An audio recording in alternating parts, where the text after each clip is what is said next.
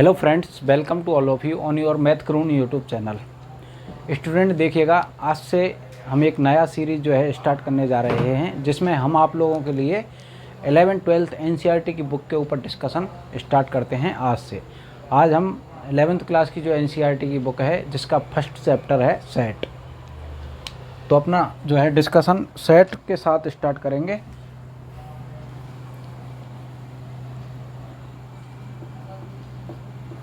Set, तो देखिएगा, set के बारे में आज हम डिस्कस करेंगे। इसकी आज फर्स्ट क्लास है और प्लीज़ आप लोग इस क्लास को अच्छी तरीके से देखें और अगर अच्छी लगे आप लोगों को तो दोस्तों के साथ शेयर करें। और यदि आपने अभी तक हमारे चैनल को जो है सब्सक्राइब नहीं किया है तो प्लीज़ सब्सक्राइब करें। तो देखो सेट स्टार्ट करते हैं। बहुत अच्छा टॉपिक है सेट, जिसमें ये क्या है, ऐसा टॉपिक है जो कि मैथ का एक तरीके से बेस है। जैसे कोई बच्चा मैथ सब्जेक्ट लेने के बाद मैथ में अपना फ्यूचर जो है आगे बढ़ाना चाहता है, आगे कुछ उसमें अच्छा करना चाहता है, तो उसके लिए क्या है, सेट एक ऐसा टॉपिक है जो उसको कैसा भी कोई सा भी वो टॉपिक पढ़े मैथ के अंदर, उसको ज़रूर सेट आना चाहिए। अगर उसको सेट के बारे में नहीं पता है तो वो कहीं ना कहीं मात खा जाएगा, उसको प्रॉब्लम का फेस करना पड़ेगा। सेट बहुत सारी प्रॉब्लम को हमारी को क्या ईजी कर देता है।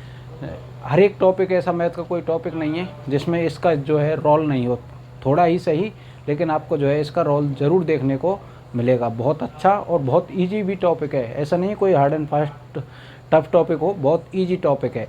तो मैं आप लोगों के लिए बहुत अच्छे से बिल्कुल रिदम में हम लोग डेली एक क्लास आप लोगों के लिए लाएंगे और आप भी हमारे साथ डेली कंटिन्यू जुड़े रहेंगे। बस जितना हम आपको क्लास में करा रहे हैं उसका जो है आप इसका रिवीजन करेंगे और क्वेश्चन वगैरह जब हम आपको बताएं कि अब हमने इतना करा दिया है, अब इस टाइप के जो है आप क्वेश्चन निकाल सकते हैं, तो उनके क्या है क्वेश्चन निकालना आप लोग स्टार्ट कर दें।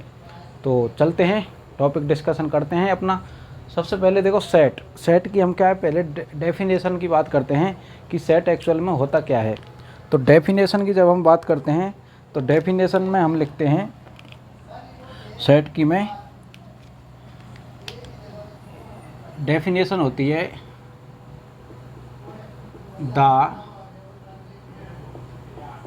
Collection of well defined object.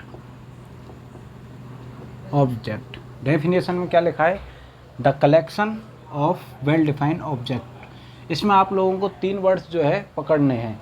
कौन कौन से कलेक्शन, पहले या तो क्या हो रहा है कि कुछ ना कुछ आप कलेक्ट कर रहे हैं, उनका कलेक्शन कर रहे हैं। किसका कर रहे हैं, तो आप कहेंगे कि सर ऑब्जेक्ट का जो है अपन कलेक्शन करने वाले हैं।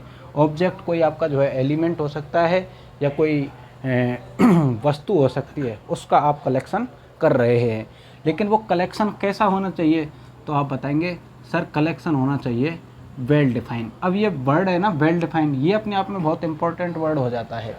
इसका आप लोग जब तक वेल डिफाइन वर्ड का यूज़ का अच्छी तरीके से आप लोग नहीं जान पाएंगे कि वेल डिफाइन का मतलब क्या है, तो सेट के बारे में नहीं पता कर सकते। वेल डिफाइन का मतलब है ऐसा कोई स्टेटमेंट जिसके बारे में कोई इफ एंड बट ना हो। इफ एंड बट मतलब कि ऐसा, जैसे मैंने कुछ भी मुँह से बोला तो उसमें दूसरा व्यक्ति जो है उसके ऊपर कोई तर्क ना कर पाए। मैं क्या कह रहा हूँ, मेरी बात को आप ध्यान से सुनें कि ऐसा कोई भी स्टेटमेंट जिसके बारे में कोई इफ एंड बट ना हो, यानी कि उस बारे में कोई भी तर्क वितर्क ना कर सके। देखो और अच्छी तरीके से समझते हैं इसको, या फिर मैं ऐसे कहूँ कि ऐसा कोई भी स्टेटमेंट जो पर्सन टू पर्सन वेरी ना करे, एवरी पर्सन, प्रत्येक पर्सन के लिए जो है वो इक्वल रहे, तो आप उसको कहेंगे वेल डिफाइन। जैसे मैं बात करता हूँ आप लोगों के लिए गुड प्लेयर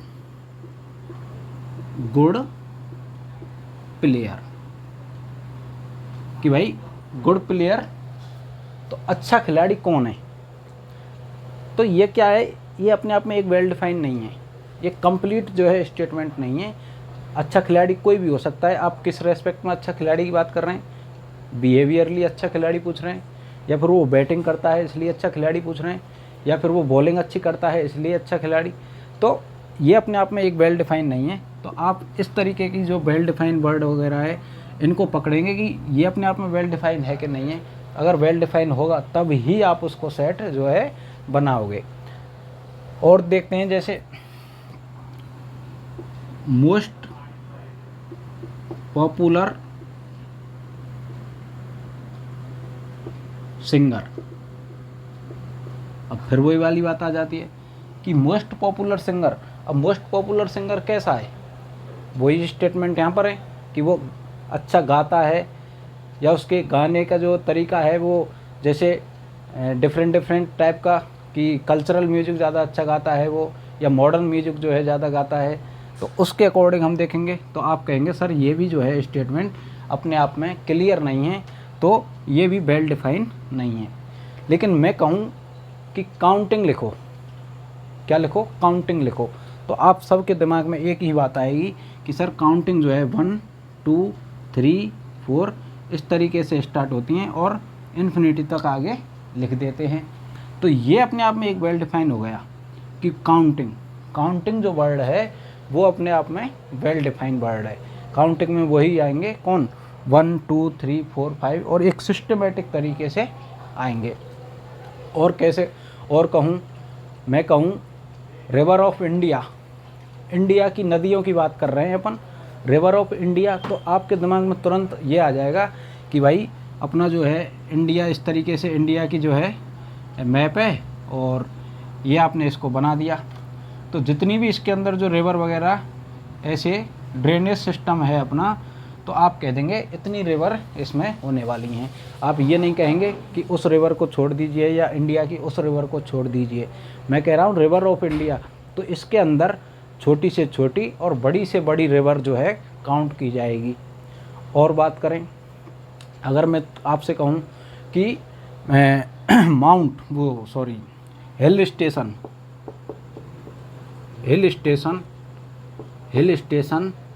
ऑफ इंडिया, तो hill station of India, India के हिल स्टेशन कौन कौन से हैं, तो आप उनको भी बता दोगे आसानी से।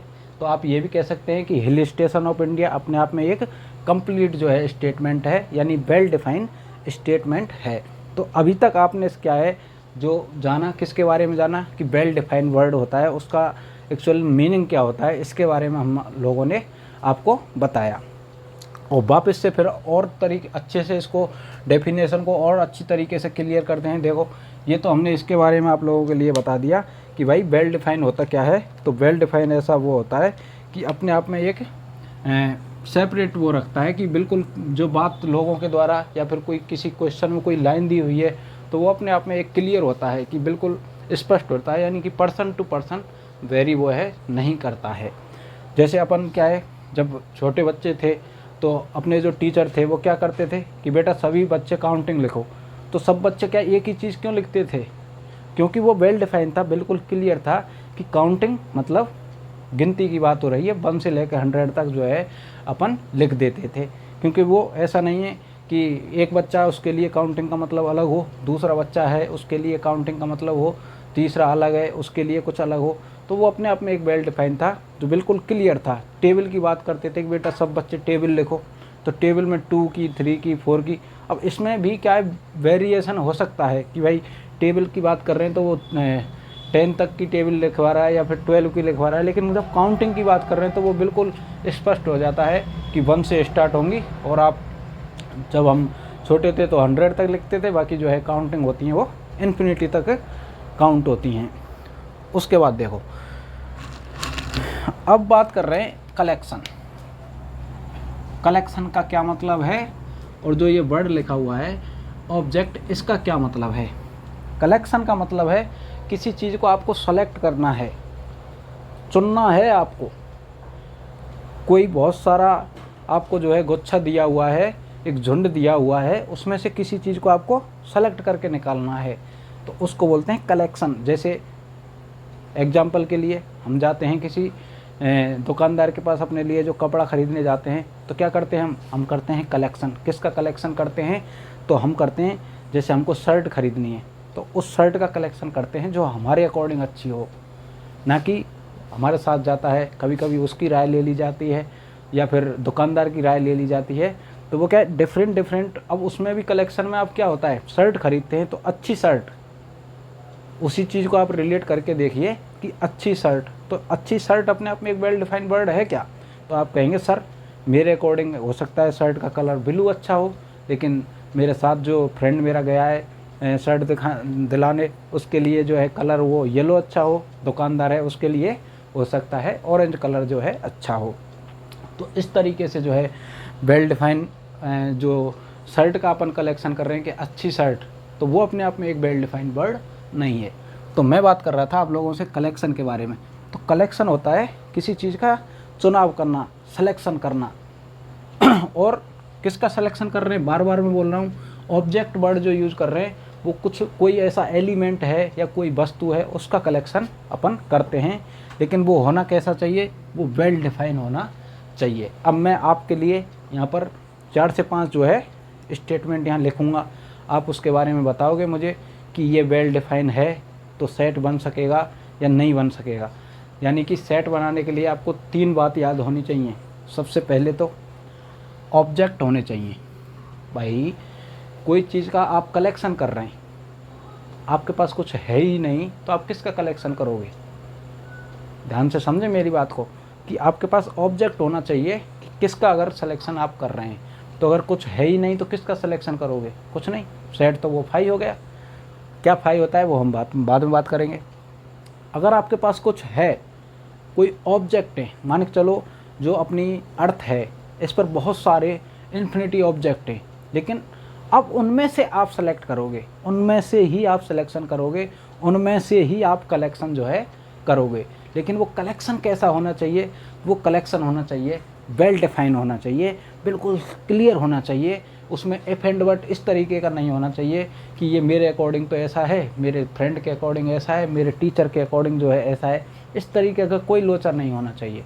तो और कलेक्शन कैसा होना चाहिए? वेल डिफाइन होना चाहिए। ये हमने आपको डेफिनेशन को अच्छी तरीके से जो है समझाने की कोशिश करी है। अब देखो मैं आपके लिए यहाँ पर 4 से 5 एग्जाम्पल लिखता हूँ और आप लोग जो है बड़ी आसानी से बता पाएंगे कि सर ये जो स्टेटमेंट लिखा हुआ है ये बिल्कुल क्लियर है, ये सेट हो सकता है, या फिर सर ये बिल्कुल जो है स्पष्ट नहीं है स्टेटमेंट, तो आप कह देंगे सर ये सेट नहीं बनेगा। तो क्या है एग्जाम्पल, देखते हैं।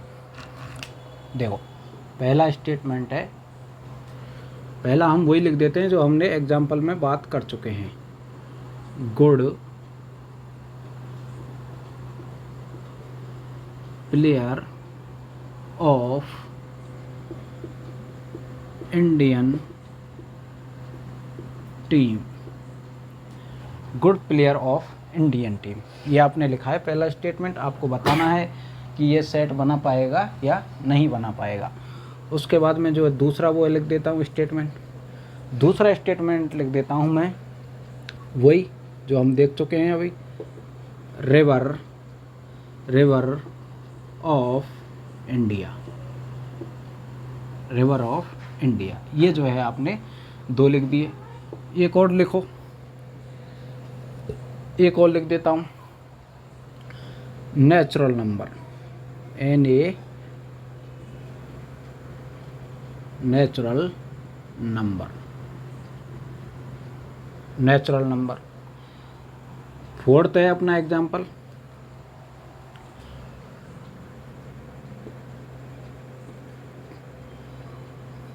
टेम्पल ऑफ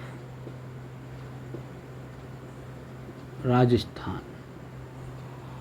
फिफ्थ नंबर का एग्जाम्पल अपन लिख देते हैं,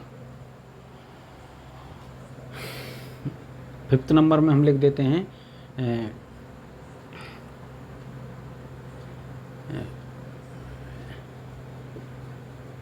हिल ऑफ पंजाब। और लिख देते हैं एग्जाम्पल, यहाँ स्पेस है अपने पास, जिससे कि ज़्यादा से ज़्यादा एग्जाम्पल लेंगे तो वह जो है चीज़ें बहुत अच्छी तरीके से जो है क्लियर होंगी। और एग्जाम्पल लिख देते हैं अपन आप लोगों के लिए, आप लिख दीजिए good student of our class, good student of our class. 7 number का स्टेटमेंट, 7 नंबर का क्या लिख देते हैं, आप लिख दीजिए इसमें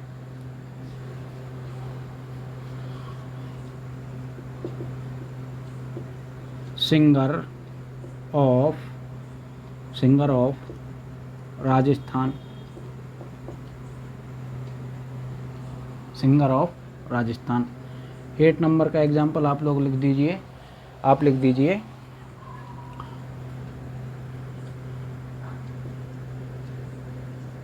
बुक्स ऑफ कबीर,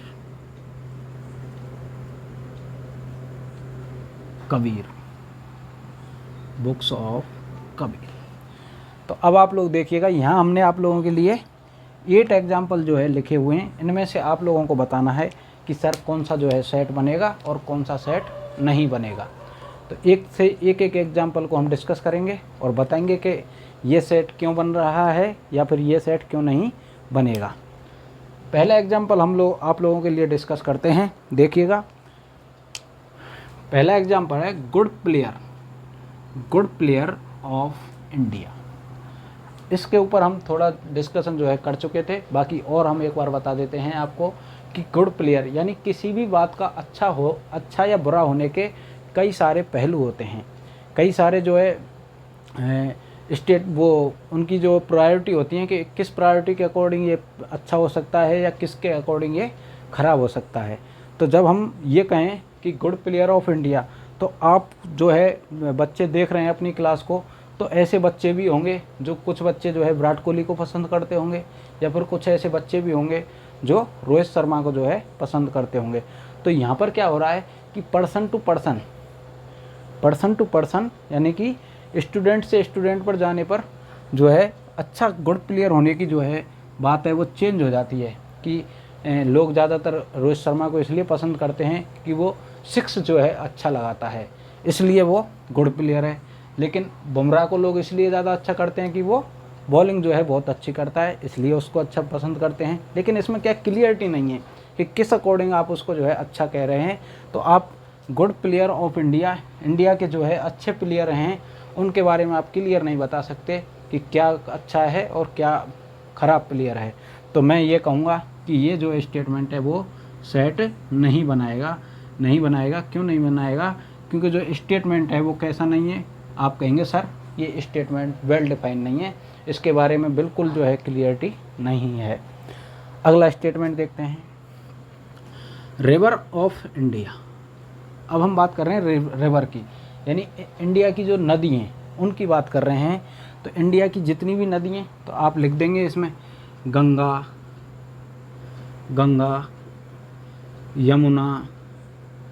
यमुना, चंबल,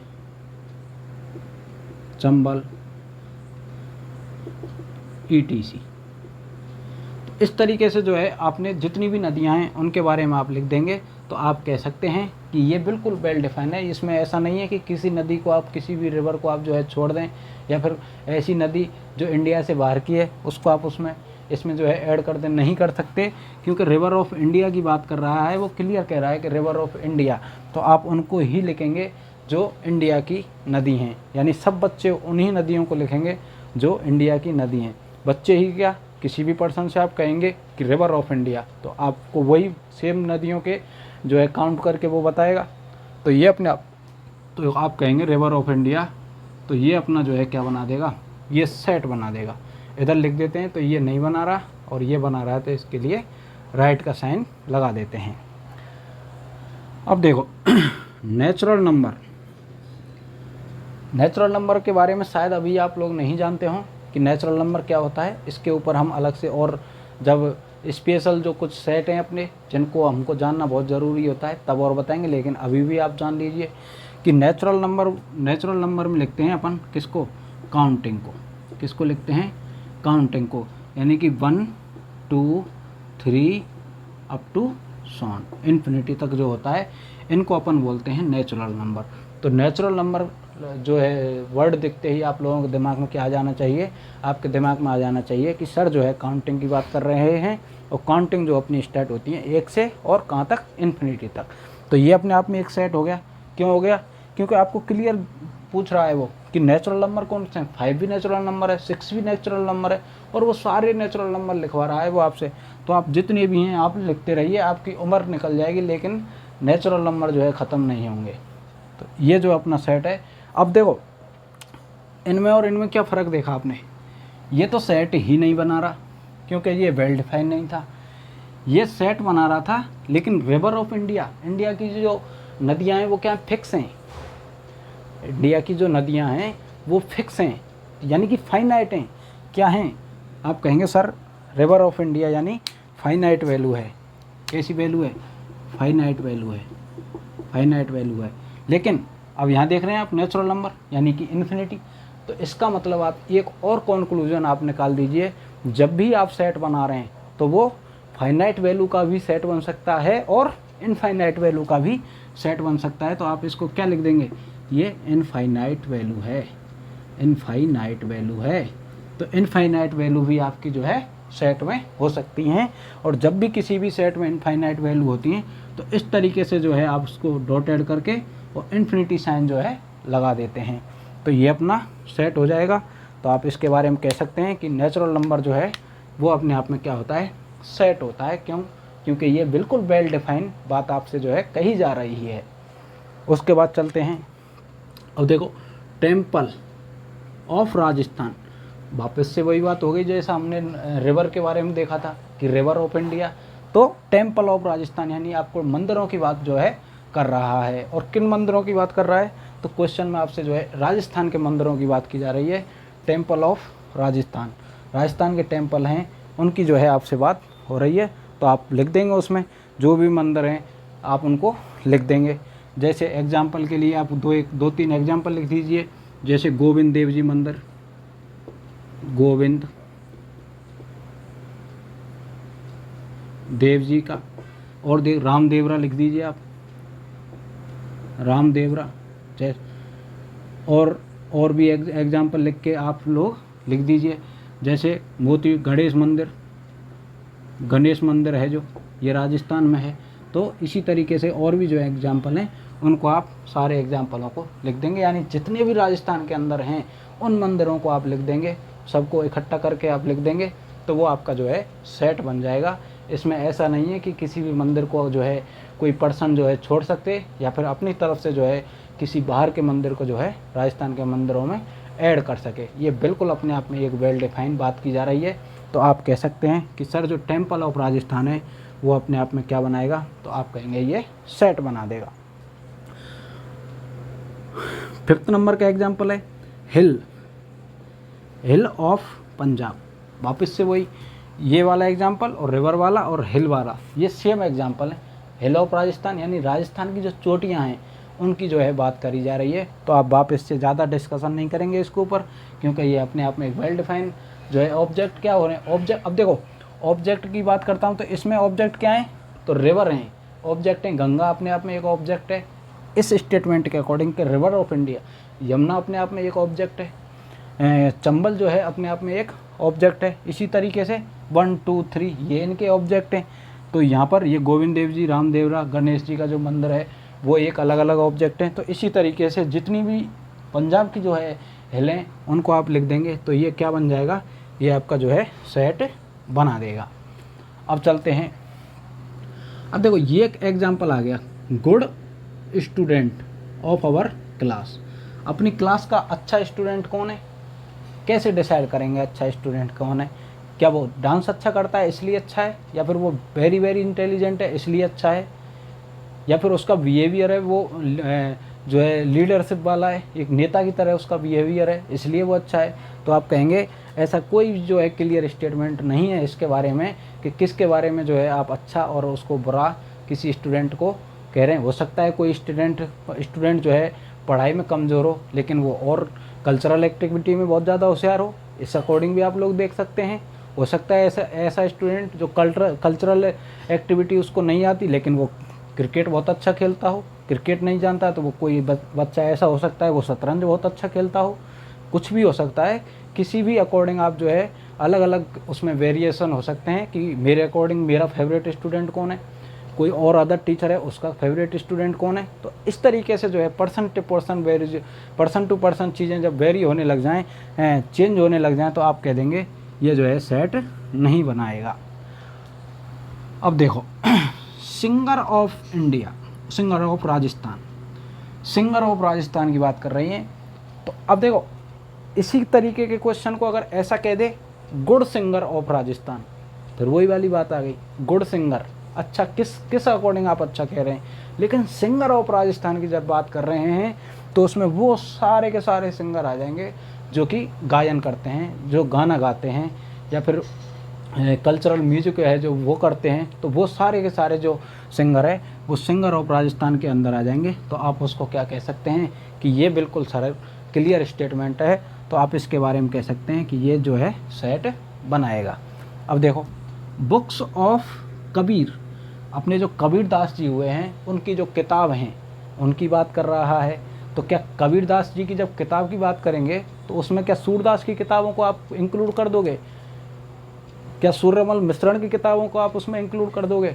तो आप कहेंगे सर ऐसा बिल्कुल नहीं है। जब बात हो रही है स्पष्ट रूप से कि बुक्स ऑफ कबीर, कबीर जी की जो किताबें हैं उनकी जो है हम बात कर रहे हैं, तो ये अपने आप में एक बिल्कुल क्लियर स्टेटमेंट है। तो आप इसको कह देंगे सर ये सेट बना लेगा।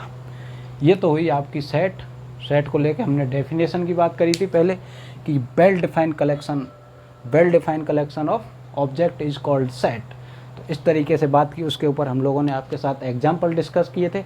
अब सेट को क्या है लिखने का एक तरीका होता है कि सेट को किस तरीके से जो है मैथमेटिकल फॉर्म में बनाया जाता है, उसको किस तरीके से लिखा जाता है, उनके एलिमेंट हैं उनको क्या लिखा जाता है, किस तरीके से इसकी जो है स्ट्रक्चर बनाई जाती है, ये सारी बातें जो है आगे देखने को मिलती हैं। तो अब अपन डिस्कस करते हैं कि रिप्रेजेंटेशन ऑफ सेट, कि कोई सेट है उसका अपन जो है रिप्रेजेंट कैसे करते हैं उसके ऊपर डिस्कशन करते हैं। तो देखिएगा क्या है अगला डिस्कशन, रिप्रेजेंटेशन ऑफ सेट। अब देखो रिप्रेजेंटेशन ऑफ सेट, और इसके साथ ही आप एक डिस्कशन और लिख लीजिए, रिप्रेजेंटेशन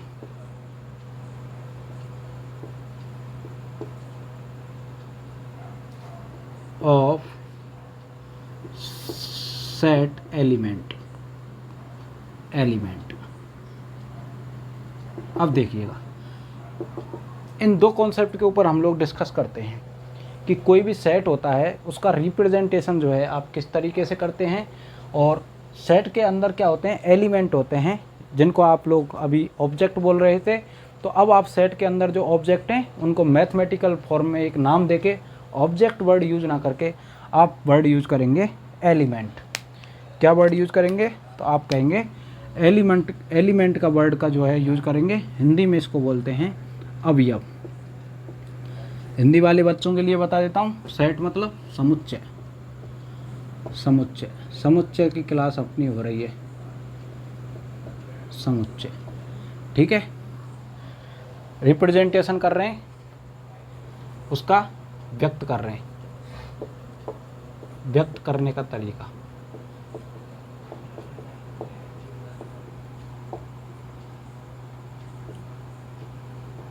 व्यक्त करने का तरीका, कोई सेट है उसको किस तरीके से व्यक्त किया जाता है, इसी तरीके से representation of set element, set के जो अवयव है, समुच्चय के जो अवयव हैं उनको किस तरीके से जो है व्यक्त किया जाएगा यहाँ पर। तो देखो बहुत आसान है, कुछ भी नहीं है। जैसे आप लोग क्या है, अपन क्या करते थे कि जब अपने क्या गेम चलते थे स्कूल में, क्या चलते थे, गेम चलते थे, तो उसमें क्या करते थे अपन, तो उसमें टीम बना दी जाती थी इस तरीके से। तो ज़्यादातर उनका नाम किस तरीके से दे देते थे, तो टीम ए, टीम बी और टीम सी, ये नाम दे देते थे। और अब इन्हीं नामों को अपन क्या बोल देते हैं, हम बोल देते हैं सेट। यानी कि टीम ए के जो प्लेयर हैं वो अलग ग्रुप बना रहे हैं अपने आप में, तो उस ग्रुप को ही क्या बोल रहे हैं, सेट बना रहे हैं कि वो टीम ए के जो प्लेयर हैं, अगर कोई ऐसे कहे कि जो है क्लास 11th के जो बच्चे हैं उनकी 3 जो है टीम बना दी, टीम ए, टीम बी और टीम सी, तो आप इसको सेट नहीं बोल सकते क्या? आप बिल्कुल इसको सेट बोल सकते हैं। कैसे बोलेंगे? देखो, टीम ए का मतलब उनकी बात की जा रही है कि जो टीम के अंदर इंक्लूड है प्लेयर। टीम ए का मतलब है उन प्लेयर की बात की जा रही है जो टीम ए के अंदर इंक्लूड हैं। टीम बी में जो बी टीम के अंदर इंक्लूड हैं वो उन प्लेयरों की बात हो रही है। इसी तरीके से सी, तो सी में जो प्लेयर सी टीम के अंदर हैं उनकी बात हो रही है। तो ये अपने आप में एक अलग अलग सेट हो गए। तो मैं कह दूं अगर इसको कि जो सेट है, तो सेट को उसको रिप्रेजेंट किया जाता है तो उसको लिख देंगे कि इंग्लिश अल्फ़ाबेट के कैपिटल लेटर्स के से जो है डिनोट किया जाता है सेट को। सेट को किस तरीके से? तो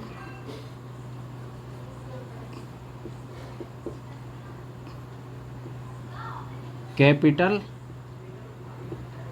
letters of English alphabet, English alphabet.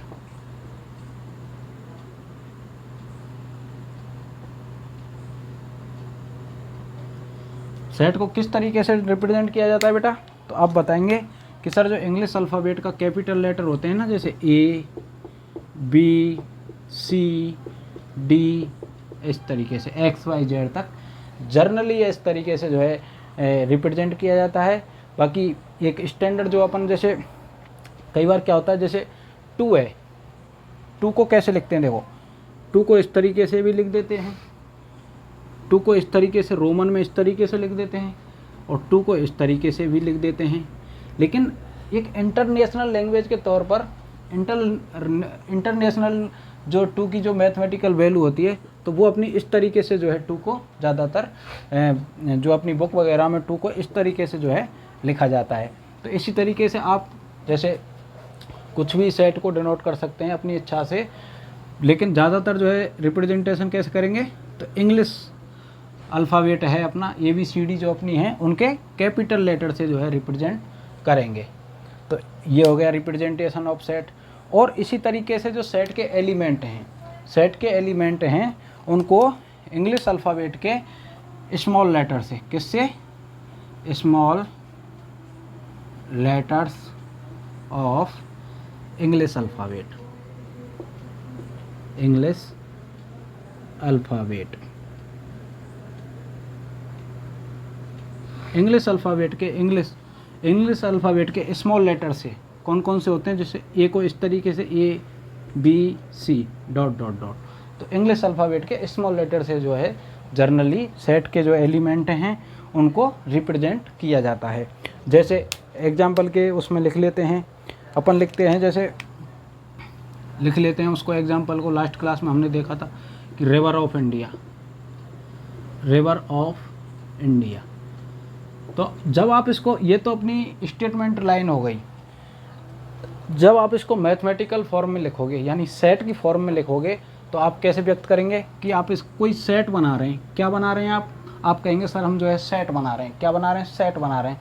तो सेट को किससे रिप्रेजेंट किया जाता है? तो इंग्लिश अल्फ़ाबेट के कैपिटल लेटर से। कैपिटल लेटर अपने पास 26 होते हैं इंग्लिश अल्फ़ाबेट में। तो आपने कोई भी लेटर उनमें से जो है सेलेक्ट कर लिया। मैंने ए को सेलेक्ट कर लिया। अब ये कोई सेट है, ये सेट किसका है? तो आप लिख देंगे बराबर करके, ये किसका सेट है? तो आप उस सेट के एलिमेंटों को जो है लिख देंगे कि गंगा,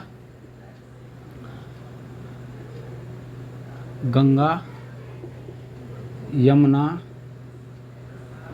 और चंबल,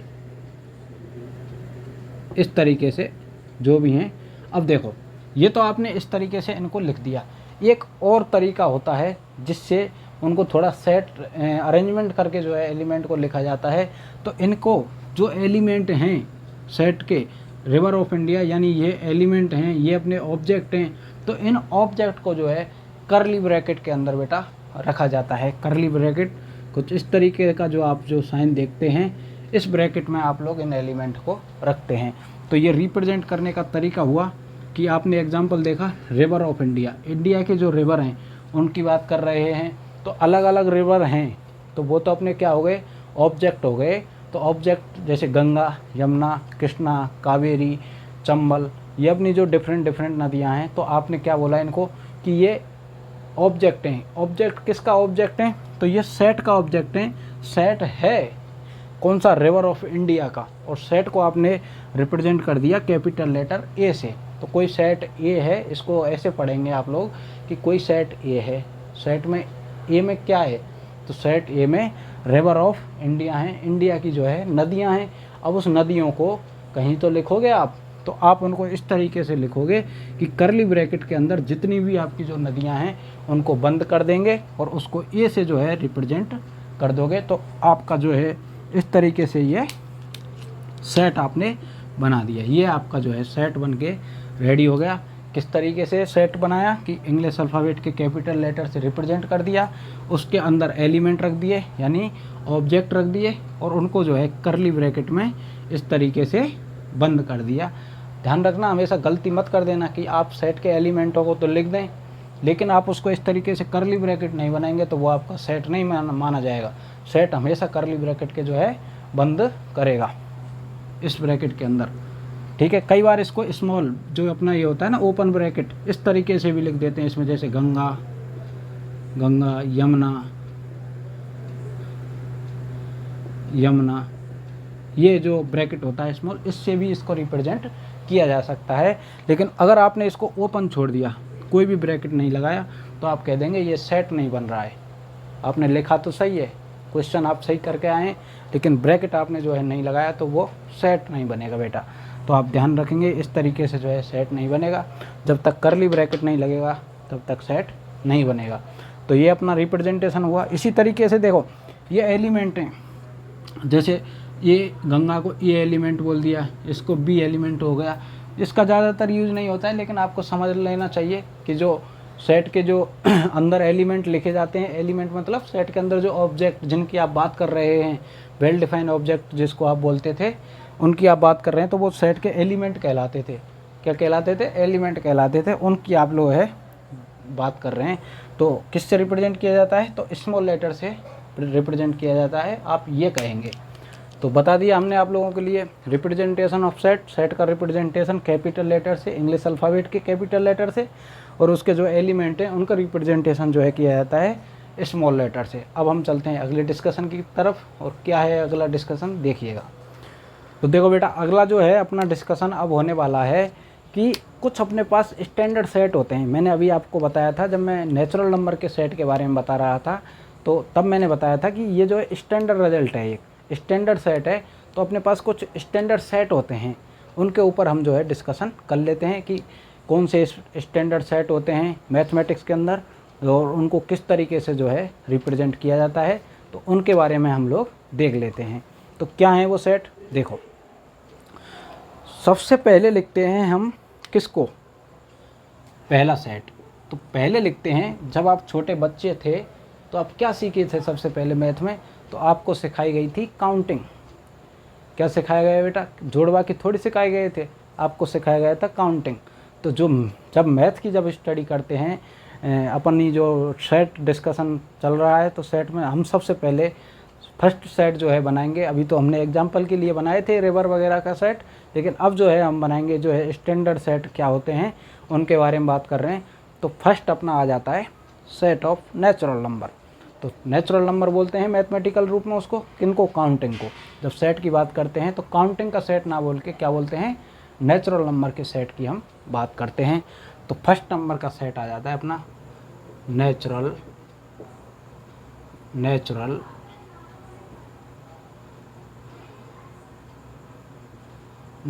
नंबर। अब देखो,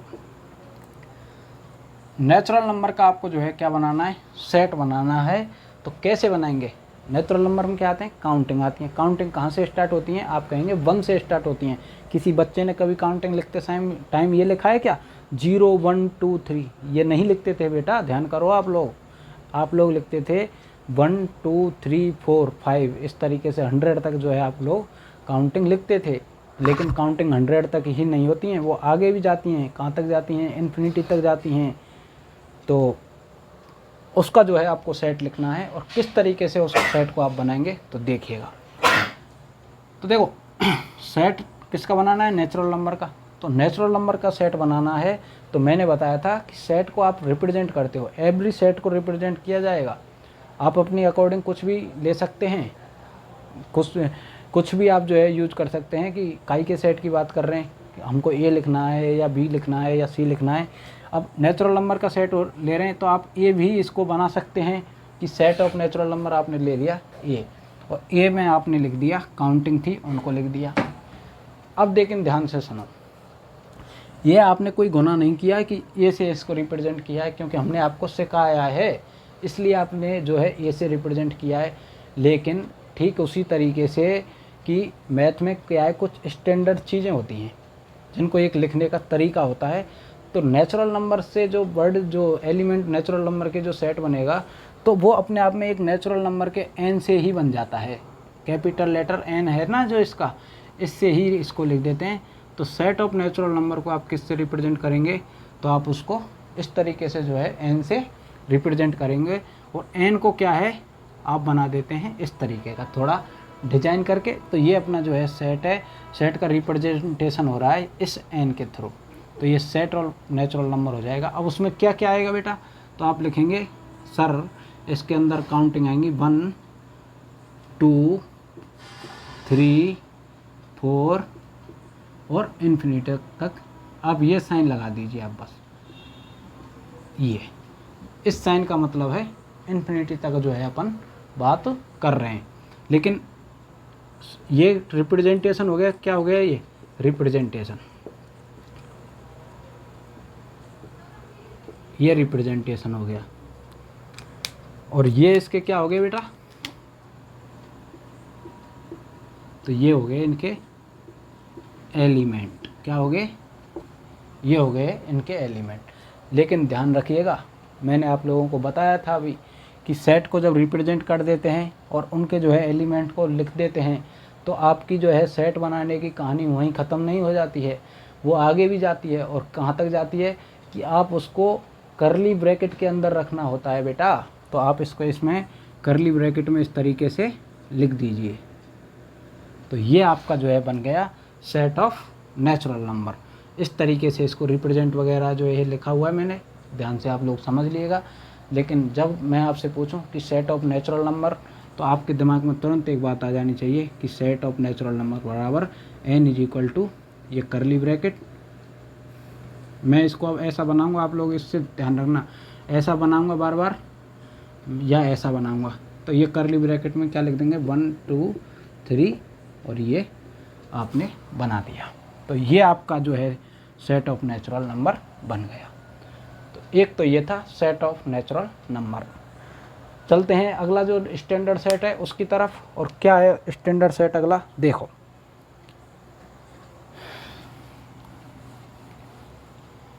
इसी को ऐसे के ऐसे लिख लेंगे। अब देख रहा हूँ, ध्यान से देखना, मैं इसको मिटा दिया है। ये रिप्रेजेंटेशन करने का तरीका है। और ये क्या है इसके? तो आप कहेंगे ये एलिमेंट हैं सर इसके। अगला सेट क्या आता है?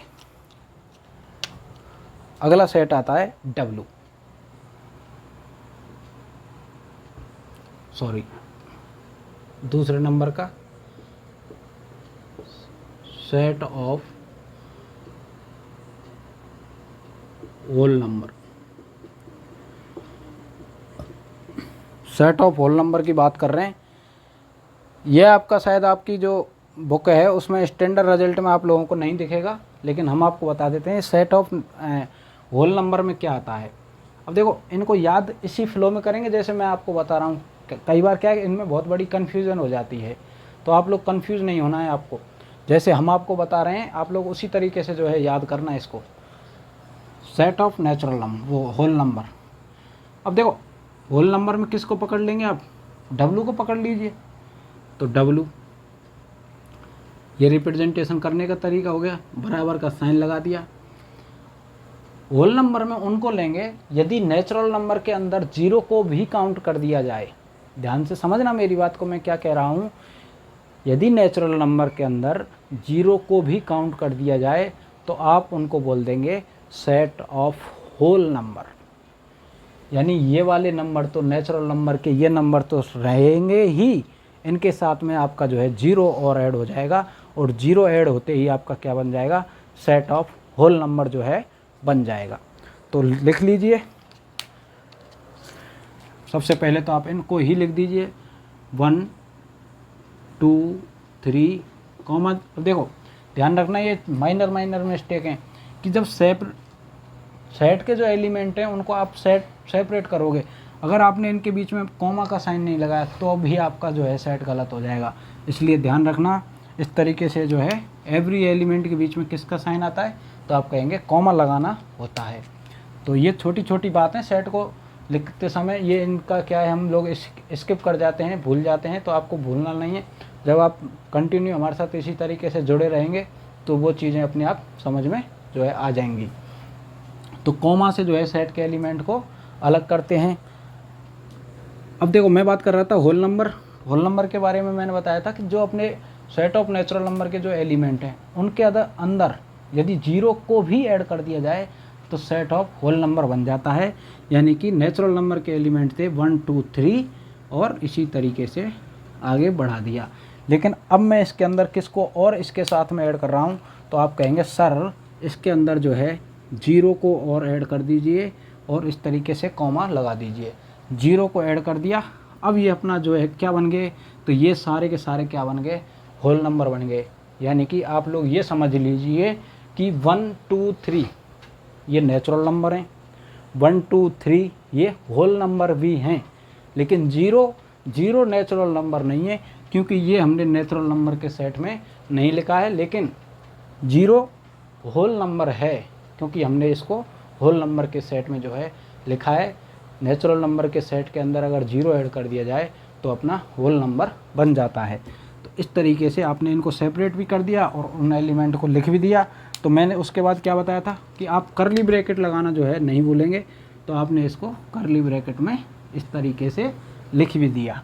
तो ये 2 सेट आप लोगों ने देखा, set of natural number, set of whole number. उसके बाद जो है अपना सेट आता है 3rd नंबर पर, हम लिखते हैं सेट ऑफ इंटीजर नंबर। क्या लिखते हैं बेटा, सेट ऑफ इंटीजर नंबर। आप ध्यान से समझेंगे, सेट ऑफ इसी फ्लो में चलना है जैसे हम आपको बता रहे हैं, तो आप भूलोगे नहीं। लेकिन अगर आप इसको अलग अलग करके या कुछ ऐसे याद करेंगे, वैसे अपना अलग तरीका होता है एवरी स्टूडेंट का हर चीज़ को याद करने का, आप अपने अकॉर्डिंग भी याद कर सकते हैं। तो सेट ऑफ इंटीजर नंबर में क्या आता है बेटा, तो ध्यान से समझो। सेट ऑफ इंटीजर नंबर में आएगा यदि होल नंबर के अंदर नेगेटिव वैल्यू भी ऐड कर दी जाए। नेगेटिव वैल्यू भी सारी नहीं है, -1 -2 -3 -4 अप टू सॉन, यानी इन्फिनिटी तक जो है नेगेटिव वैल्यू, लेकिन होनी कैसी चाहिए, -1 2 3, यानी कि काउंटिंग का ही नेगेटिव फॉर्म लिख देंगे आप। समझ रहे हैं मेरी बात को। तो इसको इनको बोलते हैं अपन इंटीजर। किसको, -1 -2 -3 0 1 2 3 ये होते हैं अपने इंटीजर, जिनमें केवल और केवल क्या होते हैं, अपने इंटीजर आते हैं। और जैसे ये रेशनल नंबर भी होते हैं, लेकिन डेसिमल वाले नंबर इंक्लूड इसमें नहीं होते हैं। डेसिमल वाले अगर नंबर इंक्लूड हो जाएंगे तो वो अपना क्या बन जाएगा, तो आप कहेंगे सर वो आपका रियल नंबर या फिर रेशनल नंबर जो है बन जाएगा। तो ये बात आप लोग ध्यान रखना। तो इसके अंदर 0 ऐड कर दिया था, अब इनके अंदर आप इसमें नेगेटिव वैल्यू भी जो है पुट कर दीजिए, तो आपका सेट ऑफ इंटीजर जो है बन जाएगा। तो किससे रिप्रेजेंट करते हैं, कई बार देखो इसको आई से रिप्रेजेंट कर देते हैं, सेट ऑफ इंटीजर को आई से भी रिप्रेजेंट कर देते हैं, लेकिन जर्नली जो देखने को मिलता है वो आपका जेड देखने को मिलता है कि सेट ऑफ इंटीजर नंबर को जो है जेड से रिप्रेजेंट किया जाता है। तो ऑब्लिक लगा के लिख लीजिए जेड, किसी से भी आप इनमें से इसको रिप्रेजेंट कर सकते हैं। तो मैंने बताया था कि नेगेटिव वैल्यू भी इसमें ऐड कर दीजिए, तो आप नेगेटिव वैल्यू इसमें ऐड कर दीजिए। तो कहाँ से आ रही है नेगेटिव वैल्यू, तो देखो नेगेटिव वैल्यू कौन कौन सी, एक तो ये तो रहेंगी कौन कौन सी, 0 होल नंबर वाले तो रहेंगे 0 1 2 3 अप टू सोन इधर इन्फिनिटी तक। लेकिन और क्या ऐड हो जाएगा, तो आप देखेंगे इसके अंदर जो है नेगेटिव वैल्यू और ऐड हो जाएंगी, -1 -2 -3 इधर की साइड इस तरीके से इन्फिनिटी तक जो है वैल्यू ऐड हो गई। तो ये अपना जो सेट ऑफ इंटीजर नंबर है उसको इस तरीके से लिखा i या फिर z इस तरीके से। लेकिन अभी अपना काम कंप्लीट नहीं हुआ है, ये तो हमने क्या लिखे हैं, एलिमेंट लिखे हैं। तो एलिमेंट लिखने के बाद उसको क्या है, करली ब्रैकेट लगाना होता है। तो आप क्या लगा देंगे, इस तरीके से जो है करली ब्रैकेट में बंद कर देंगे। तो ये सेट हो गए अपने पास 3 स्टैंडर्ड सेट देखे आपने, set of natural number, set of whole number, set of integer number. उसके बाद आते हैं बेटा सेट ऑफ रियल नंबर को देखते हैं। रियल नंबर को देखने से पहले हम लोग अपना डिस्कशन करते हैं सेट ऑफ रेशनल नंबर के ऊपर। तो देखिएगा अगला जो है लिख लेते हैं, क्या लिख लेते हैं, 3 4। तो इसको लिख लेते हैं सेट ऑफ रेशनल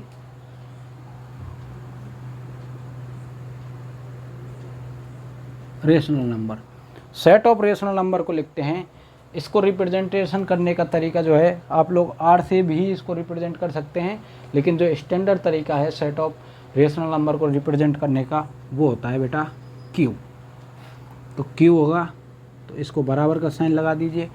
तो सेट ऑफ रेशनल नंबर क्या हो जाएगा अपना, तो आप लिख देंगे, अब देखो अभी तक क्या किया था, नेचुरल नंबर में काउंटिंग लिखी थी 1 से 2 3 4, होल नंबर में आपने 0 को इंक्लूड कर दिया, इंटीजर नंबर में आपने नेगेटिव वैल्यू को भी इंक्लूड कर दिया। लेकिन अभी तक आपने जो है डेसिमल वैल्यू को जो है इंक्लूड नहीं किया गया है। तो जब भी आप नेगेटिव वो डेसिमल वैल्यू को, आप फ्रैक्शन वैल्यू होती हैं, फ्रैक्शन को जब आप इसमें ऐड कर दोगे तो आपका जो है क्या मिल जाएगा, सेट ऑफ रेशनल नंबर जो है मिल जाएगा। तो कैसे लिखेंगे देखो,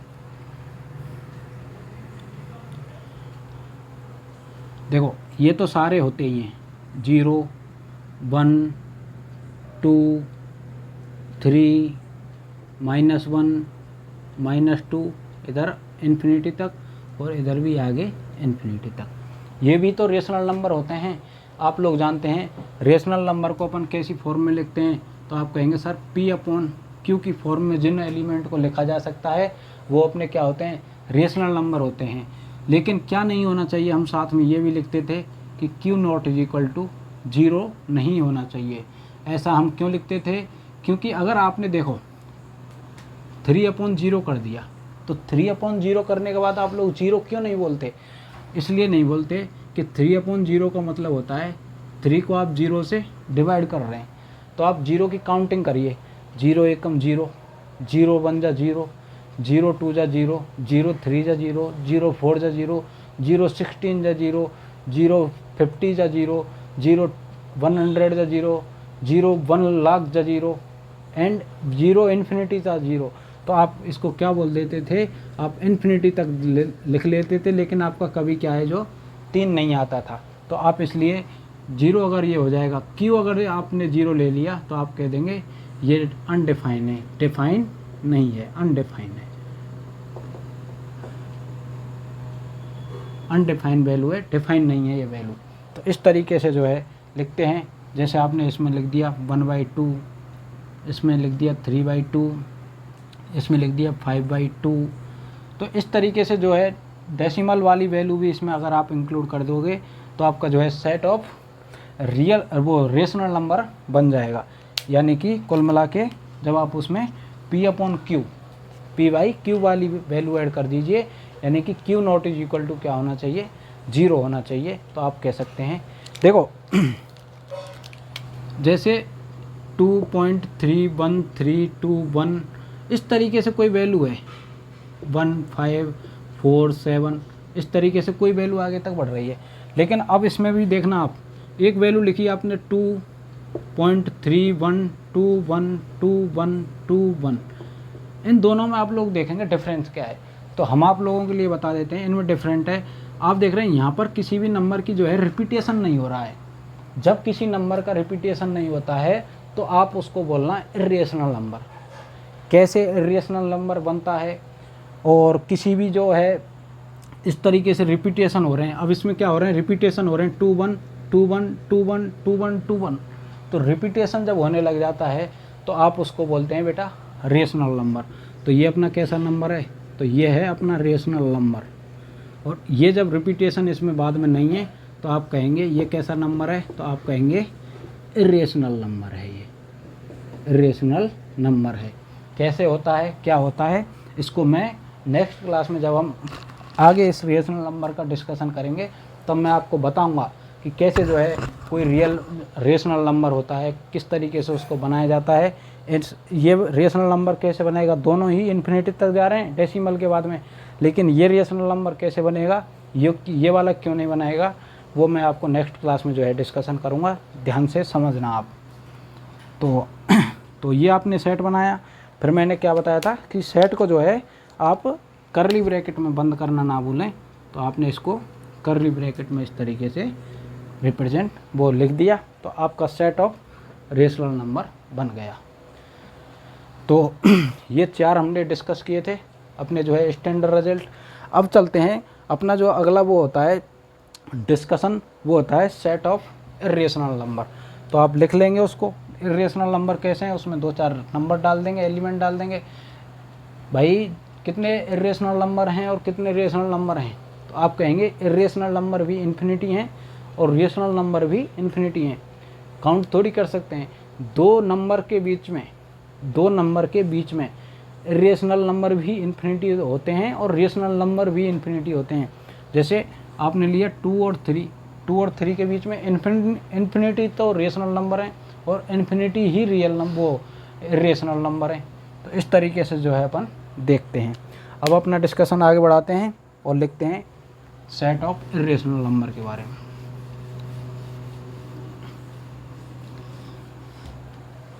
तो यहाँ नीचे तो जगह है नहीं, मैं इसको ऊपर लिख देता हूँ।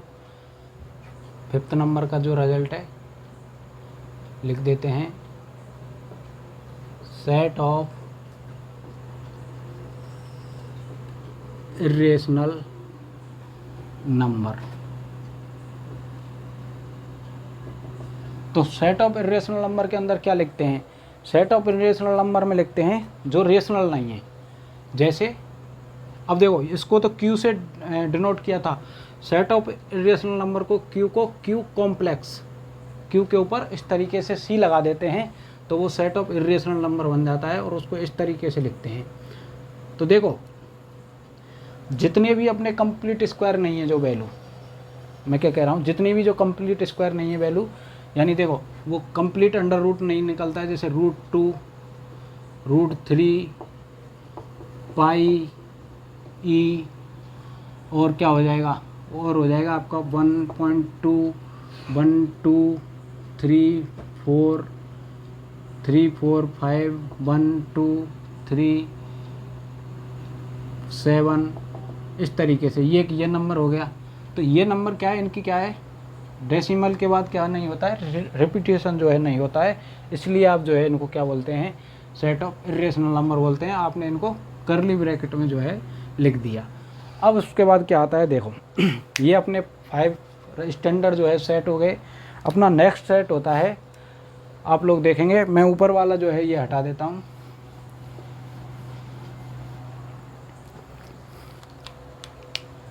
सिक्स नंबर पर हम देखते हैं set of real number. Set of real number क्या होता है, आप लोग धीरे धीरे समझ चुके हैं कि सेट ऑफ नेचुरल नंबर में हमने काउंटिंग लिखी थी, सेट ऑफ होल नंबर में मैंने काउंटिंग के साथ में 0 को ऐड कर दिया था, 0 ऐड कर दिया था। सेट ऑफ इंटीजर नंबर में मैंने नेगेटिव जो है इंटीजर उनको ऐड कर दिया था। लेकिन सेट ऑफ रेशनल नंबर में जो रेशनल यानी जिन एलिमेंट को P/Q के रूप में यानी Q not is equal to 0 हो, उनको जो है इस तरीके से लिखा जाए तो वो अपना सेट ऑफ रेशनल नंबर बन जाता था। उसके बाद मैंने सेट ऑफ रेशनल नंबर को लिखा था इरेशनल नंबर को लिखा था। अब देखते हैं सेट ऑफ रियल नंबर। तो सेट ऑफ रियल नंबर को जो रिप्रेजेंट करने का तरीका होता है वो क्या होता है, वो होता है आर। तो आर में कौन कौन आएगा, तो आप उसको इसी तरीके से याद रखेंगे जैसे मैंने आपको बताया है। तो आपने देखो, मैं एक सिस्टमेटिक तरीके से आप लोगों को जो है बता रहा हूँ कि कौन सा सेट लास्ट वाले सेट से किस तरीके से रिलेट है। इसी तरीके से जो है सेट ऑफ रियल नंबर अपने आप में रिलेट है। तो हम क्या लिख देंगे, तो सेट ऑफ रियल में वो एलिमेंट आ जाएंगे all rational number, all rational number plus all irrational